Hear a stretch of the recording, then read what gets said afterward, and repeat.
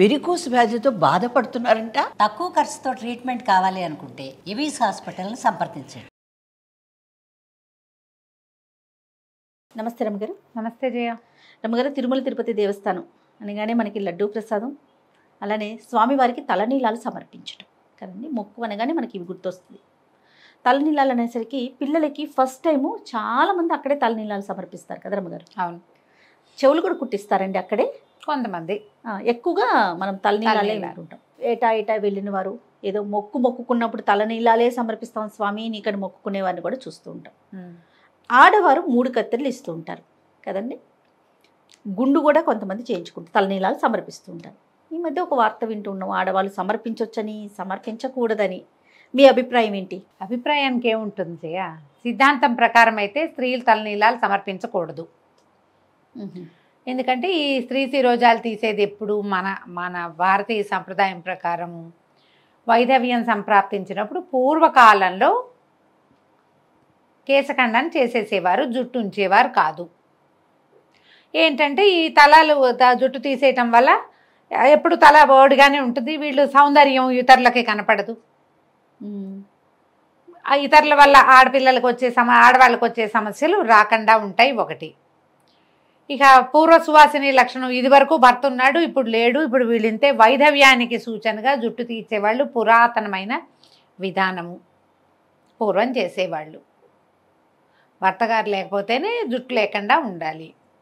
చిన్నపిల్లలకి పెళ్ళిళ్ళు చేసి చంటప్పుడే పెళ్లి చేయటము, 10 ఏళ్ళు వచ్చేసరికల్లా భర్తలు పోవటం, వీళ్ళు 14 ఏళ్ళు వచ్చేసరికి బూర గొరిగించి మూల కూర్చోబెట్టడం మన తాలూకు పురాతన విధానం. తెల్ల చీర కట్టి కట్టడం, ఆ సాయం పంచలే, చీర కాదు, పంచ కట్టుకోవటమే. వాళ్ళు పంచనే చీరలాగా కట్టుకునేవాళ్ళు, ఆ తల గడప కనపడకుండా ఉంచుకునేవాళ్ళు పూర్వం.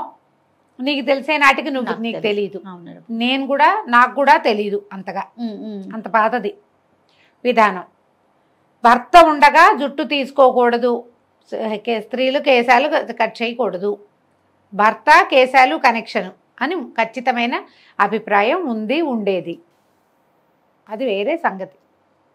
ఇప్పుడు స్త్రీలు తీసుకోకూడదు, స్త్రీలు ఎందుకు తీసుకోకూడదు అంటే ఇచ్చేవాళ్ళు ఇస్తూనే ఉన్నారా లేదా అమ్మా? ఇస్తున్నారండి. అవునా? నేను నా 3-4 ఏళ్ల వయసు అప్పటి నుంచి తిరుపతిలో జుట్టిచ్చి వచ్చాం అన్న వాళ్ళని నేను అప్పటి నుంచి చూస్తూనే ఉన్నా. 10 ఏళ్ల వయసులో తిరుమల వెళ్ళినప్పుడు కూడా ఆడవాళ్ళు కొంతమంది జుట్టిచ్చింది కనపడేది. ఎందుకు వస్తాయి ఈ ప్రశ్నలు? ఎవరు కావాలనుకుంటే వాళ్ళు ఇస్తారు, లేకపోతే స్త్రీలు ఇవ్వకూడదు, వాళ్ళ ఇంట్లో వాళ్ళు ఒప్పుకోకపోతే ఇవ్వరు. పాయింటే కదా. ఇంట్లో కుటుంబ సభ్యులు ఒకటి ఉంది కదా. ఇప్పుడు వాళ్ళ ఇంట్లో వాళ్ళు ఒప్పుకున్నప్పుడు, వాళ్ళు ఏదో మొక్కుకొని తీసుకున్నప్పుడు మనం ఎవరమమ్మా వాళ్ళకి చెప్పడానికి? ఆడవాళ్ళు తీసుకోకూడదు, మీరు ఎందుకు తీసుకున్నారంటే నా ఇష్టం, నేను దేవుడికి మొక్కున్నా ఇస్తాను అంటారు. ఎవరో గురువుగారు చెప్పారు, ఇంట్లో వాళ్ళు ఒప్పుకోలేదు, ఇవ్వరు. వారి వ్యక్తిగతం మీద ఆధారపడి. ఖచ్చితంగా ఇది పూర్తిగా వ్యక్తిగతమే జయ, ఖచ్చితంగా. ఇప్పుడు ఈ జుట్టు ఇచ్చే ప్రోగ్రామ్ ఎక్కడి నుంచి వస్తుందో చూద్దాం. అసలు అలా ఆలోచించండి మీరు. ఈ ప్రశ్న అడిగేటప్పుడే ఇది ఆలోచన రావాలి. ఇదివరకు కూడా నేను ఈ మాటే చెప్పాను. విపత్కరమైన పరిస్థితుల్లో మొక్కుకుంటాం మనం. దేని మొక్కుంటాం జయ? బస్సు రావట్లేదని, టైంకి ట్రైన్ అందాలని జుట్టు మొక్కుకుంటారా ఎవరైనా? కాదు కదా. దేవుడా బస్సు ట్రైన్ అయిపోతుంది, ఏదో పావుతక్కువ 6కి మనం ఇంకా రోడ్డు మీద ఉన్నాం, 6ంటికి ట్రైను, అయ్యో ట్రైన్ మిస్ అయిపోతుందేమో, వినాయకుడు కొబ్బరికాయ కొడతాను నా తండ్రి, బస్సు ట్రైన్ మిస్ కాకుండా చూడు అంటాం. కొంతమంది అట్లా మొక్కుంటారు. లేదా రాత్రి రేపొద్దున అన్నం తిన్ను, ట్రైన్ మిస్ అయిపోతే అక్కడ ఏదో సమస్య ఉందని వీటికి చేస్తారు. ప్రతి వాళ్ళకి మొక్కుకునే అలవాటు ఉంటుంది భగవంతుడికి. ప్రతి వాళ్ళు మొక్కుంటారు.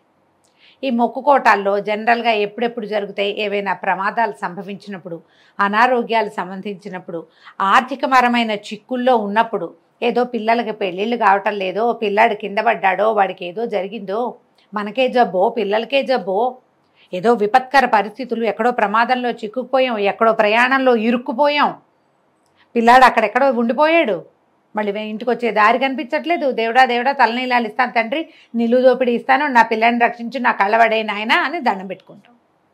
భర్తలకి ప్రాణాపాయ స్థితులు, ప్రాణాపాయం అయిపోతాడేమో, నిలువు దోపిడీ ఇస్తాను తండ్రి, పసుపు కుంకాలు కాపాడు, ఇలాగే కదమ్మా మొక్కుంటారు. అంతేగా. ఇప్పుడు ఈ విపత్కర పరిస్థితుల్లో భగవంతుడికి దగ్గరికి వెళ్ళి నాయన నేను నీకు ఇది ఇస్తాను, నాకు ఇది వదిలిపెట్టు, ఈ కాస్త నన్ను ఇక్కడ రక్షించు అనేటప్పుడు ఈ ముందు వెనక సంప్రదాయము ఆలోచిస్తారా జయ ఎవరైనా? అస్సలు ఆలోచించలేకపోతామేమో కదా. ఆలోచించరు. నిలువు దోపిడీ మొక్కేస్తారు. ఆయన హాస్పిటలైజ్ శుభ్రంగా ఉన్నాడు, సడన్గా పడిపోయాడు భర్త, హాస్పిటలైజ్ చేశారు, ఏదో బైపాస్ చేయాలన్నారు, లేకపోతే ఇంకోటి ఏదో అన్నారు, కష్టమండి 24 అవర్స్. ఇప్పుడు కదా మొక్కేది. ఇప్పుడు సంప్రదాయము భర్త ఉండగా నేను తలనీలాలు ఇవ్వకూడదు అని ఆలోచిస్తారా అమ్మా? వాళ్ళ అలవాటు ప్రకారం ఏదో మొక్కుంటారు. ఇది కాదు, నా బోటక్క ఎవరో వచ్చింది, నిలువు దోపిడీ ఇస్తానని మొక్కోవే అతను బతికొస్తాడు అని చెప్తారు. నిలువు దోపిడీ అంటే సూత్రాలు, ఒంటి మీద ఉన్న బంగారం అంతా ఇచ్చి తలనీలాలు కూడా. అంటే నిలువు దోపిడీ ఇవ్వటం అంటే నా మొత్తం నా తాలూకు సంపదని నేను దేన్ని భావిస్తానో అదంతా నీకు ఇస్తానని కదా. సౌందర్యం కూడా మన సంపదే కదా జయ. సౌందర్యంలో ప్రధాన భాగం జుట్టు కాదా? కేశాలే కదా. చూడంగానే మనకి ఏం అందమంతా పోయింది కదా. నా మీద నాకు ఏ ఆసక్తి లేదు, అదంతా నీకైతే తల నీలాలు ఇస్తే తలిచ్చినట్టు అప్పుడు మొక్కుతారు. నేను తల జుట్టు ఇవ్వండి అని ఎంకరేజ్ చేయట్లేదమ్మా, మీకు అర్థమవుతోంది కదా. అవును, అందరూ జుట్లు ఇవ్వాల్సిందే అని నేను చెప్పట్లా. ఏదైనా విపత్కర పరిస్థితుల్లో ఉన్నప్పుడు మొక్కుకున్నప్పుడు మొక్కు తీర్చుకొని ఇవ్వండి. ఆ మొక్కుకి, ఆడవాళ్ళ మొక్కుకి భర్తలు ఒప్పుకోవాలమ్మా, ఇది రూల్. మీకు పాయింట్ అర్థమైందా? ఎవరు అక్కర్లా. భర్త గనక ఈ అమ్మాయి జుట్టు ఇవ్వటానికి భర్త ఒప్పుకుంటే ఏం పర్వాలేదు. ఆయన ఉన్నాడుగా పక్కనే, ఇద్దరు కలిసే తీయించుకుంటారు. ఆయన జుట్టిస్తాడు, ఆవిడ జుట్టిస్తుంది, దేవుడికి దండం పెడతారు. ఇందులో జాతి నియమం ఏం లేదు. ఈ జాతుల్లో వాళ్ళు ఇవ్వకూడదు, ఆ జాతుల్లో వాళ్ళు తప్పు ఆ మాట. ఎవరైనా సువాసనే. భార్యాభర్తలు ఇద్దరు ఉన్నప్పుడు ఇద్దరు మాట్లాడుకుని అనుకుని నేను జుట్టిద్దామనుకున్నాను, నీకు ఇట్లా ప్రమాదం తప్పింది, జుట్టు మొక్కున్నానంటే ఏదో నవ్వుతుంటే ఆడాళ్ళు జుట్టు ఇవ్వటం ఏమిటే అంటారు. ఏమో నేను మొక్కున్నానంటే సరే నీ ఇష్టం, తన కోసమే కదమ్మా మొక్కుకుంది. ఒక్కోళ్ళు ఒప్పుకోనప్పుడు ఊరుకోడు, అప్పుడు 3 కత్తెరలో ఇవ్వండి, సరిపోలేదా? అంతే, పూర్తిగా వ్యక్తిగతము. భగవంతునితోటి మనం ఎట్లా కనెక్ట్ అయి ఉన్నామనేది మొదటి పాయింట్. రెండోది, ఆడవాళ్ళు సువాసిని జుట్టు ఇవ్వాలంటే భర్త అంగీకారం ఉండాలి. అతను వద్దంటే మీరు చేయకూడదు, ఇది రూల్. అంతే. మీరు ఇప్పుడు మా రోజువారీ ఊరికే మీరు తిరుపతి వెళ్ళినప్పుడల్లా మిమ్మల్ని జుట్టు ఇవ్వమని నేను ఎంకరేజ్ చేస్తున్నానని పొరపాటు కూడా అనుకోద్దు. అలాంటి కామెంట్స్ చేయబోకండి దయచేసి, నా ఉద్దేశం అది కాదు. ఇట్లా ఏదైనా ప్రమాదకర స్థితిలో ఉన్నప్పుడు మీరు భగవంతుడికి మొక్కున్నప్పుడు ఆయనకి ఇచ్చిన మాట తీర్చుకోవచ్చు. ఆయనకి కనుక మీరు మాట ఇస్తే భగవంతుడికి ఇచ్చిన మాట ఇవ్వండి, ఒప్పుకోండి. ఆయనకి ఏం చెప్పారో ఆ మాట ఇదేసేయండి, ఓకే, నిలబెట్టుకోండి ఆ మాటని, అంతే. దాంట్లో తప్పులేదు. ఓకే రమ్మ గారు, నమస్తే. నమస్తే జయ.